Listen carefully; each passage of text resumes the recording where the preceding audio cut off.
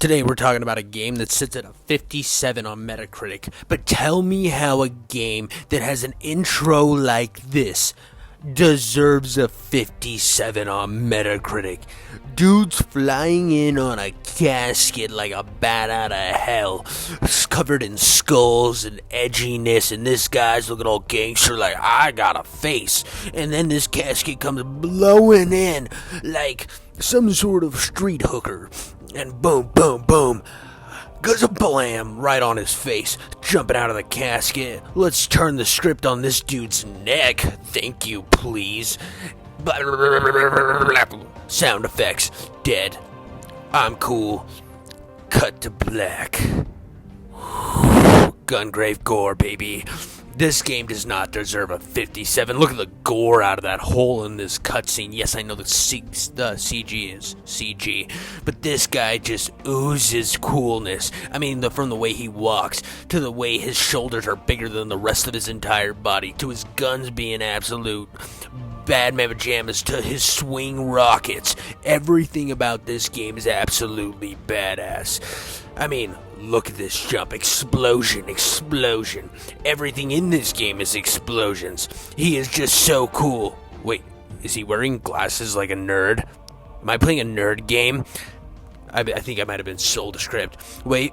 Nope, it's badass again. Kick their asses. Every single level starts out with the kick your asses thing. And then what other game lets you fight goddamn semen leeches? Those look like semen leeches, and that is amazing. The fact that you can hack and slash and shoot semen leeches. I mean, you're in the sewer, so now every time you do your deed in the bathroom and that stuff goes down in the sewer, I want you to remember that Gungrave has to go shoot them. He's the one that has to clear them. You think alligators are bad in the sewer? Wait until you have to fight the semen leeches. They are a nightmare being from another realm. And this game lets you mop them up with your pistols of ravaging fury. This game is a hold right trigger simulator in the greatest way possible. It was like, oh, you played Max Payne? That game's for people who like being slow and boring. This game is about explosions. Oh, you like Devil May Cry and how you can use guns sometimes? Pfft, who wants to use guns sometimes? I use guns always, unless there's a guy with a shield, and then I hit him with my goddamn giant rocket pack in the back of my butthole.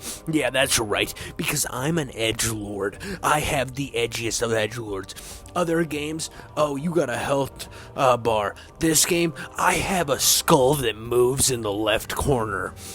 That means I'm cooler than everyone else who ever was to live. And on top of that, did I mention the fact that in the early moments of this game, you fight semen leeches? Yeah, baby, old cum suckers themselves. God, this game is cool. When I originally saw this game was added on Game Pass like a year ago, I was like, 57? Come on, I'm not playing it.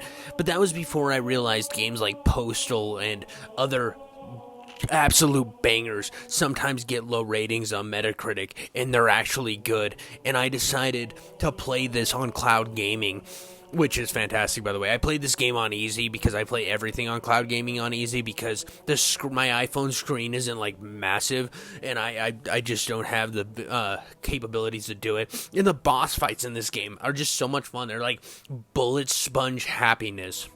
Like, not bad bullet sponge, but the movement, the dodging, the pure spectacle of all these bosses. I mean, just look at this giant werewolf, slime, lizard, cum machine. I don't know what it is, but it was scary. And its slashes just come around. There are some like bad designs. Like this ice thing is almost incredibly hard to avoid. But for the most part, these boss fights, almost all of them, were an absolute blast. And the power-up moves in this game are so cool looking. Everything about this game is cool looking. I know I started the video off with saying how much of an edgelord he is and how cool he is. He really is that cool. I mean, he kicks a rocket for a special move. In like the beginning of the game, they give you that. They're like, here, we know it's cool. I know you're going to want to fantasize about this in your dark narc moments of the midnight hours, but you're welcome. And the fact that this game got a 57 when it's not broken at all, it plays well. I mean, there's a few areas that you're on like a train or on a moving platform and there's no invisible walls, so you fall off of it a lot and that ends up killing you. But for the most part, when it comes to actual gameplay, this game slaps, like slaps hard.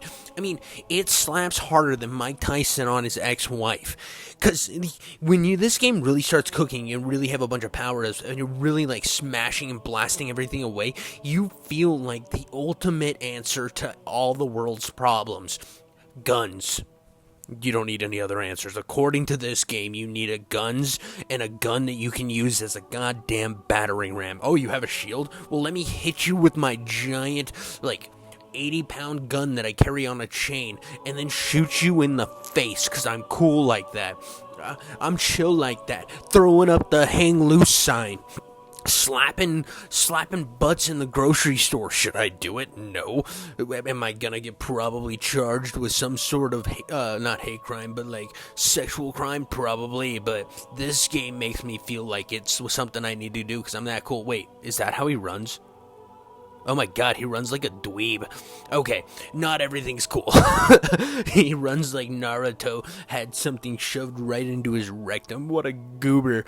But again, the enemy design's pretty good in this game. There's a few enemies I hate. There's ones with katanas. I didn't get any footage of them because they really were kind of annoying, and it comes down to some of this game feels indie at times. Oh god, the special moves. Like, look how cool that is. This is the stuff that makes up for like the hitting animation is kind of hit or miss, right? Sometimes you'll be like swinging. I didn't get any footage of it, but it's rare. But you'll be swinging and you will not be able to make contact with the person you're trying to make contact with. But everything is made up for in the style of this game. It plays a lot like Devil May Cry. It is Devil May Cry with guns and bigger explosions. That is all it is. And it takes itself really serious, which makes it really, really funny to play. Because this guy doesn't talk, so he's got all these like anime inspired characters all around him, because this game is a sequel to another Gun-Gore game I've never played, and it's also had its own anime, which is awful. I tried to watch it, don't watch it. It's like all talking, which is weird for a show called Gungrave. Anyways, the real killer of this game is the pure spectacle of it. Like, you just tear shit up. I mean, there's an idle animation in the game where you stand still and hold the trigger, and you just start doing flips. Did you see that little flip I did there? You just start doing flips. Why is it necessary? It's not, but it looks cool, and you should praise this game for it. This game instantly becomes an 8 just for style alone. And I think that's what it was going for, and I feel like it was unfairly.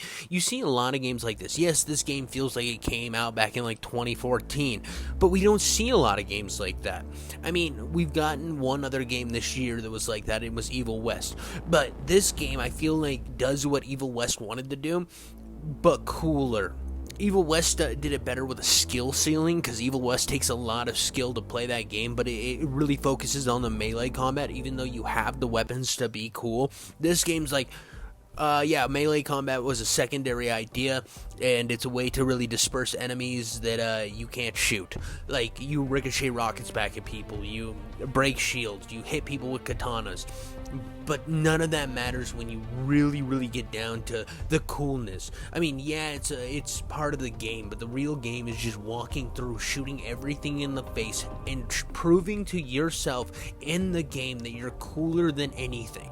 And I feel like that this game has got such a bad rep right out of the gate, because I think any game that sits in the 50 percentile should be unplayable. It should be like, okay, it has a bunch of graphical issues, it has a bunch of tearing. You should get at least a 7 for a game that's functional, that has charm. I don't know. I don't understand these reviews, and the fact that this game sits at a 50 something when it's this much fun and this much chaos happening on screen at every second. This game deserved at least a 7. This is a 7 out of 10. Turn your mind off, blow shit up, have a good time type game. But the gaming industry wants everything to be like graphics and narrative experience. You know what that my narrative means? a goddamn rain of rockets. That's what I care about more than a goddamn narrative. Give me explosions, give me raining rockets, give me happiness, and I will give the game a good rating because this game deserved it. And that's all I got for you guys today. Thank you so much for watching. I hope you enjoyed my edge fest of a game. Subscribe to my channel, like, comment, you goddamn scrubs. Love ya.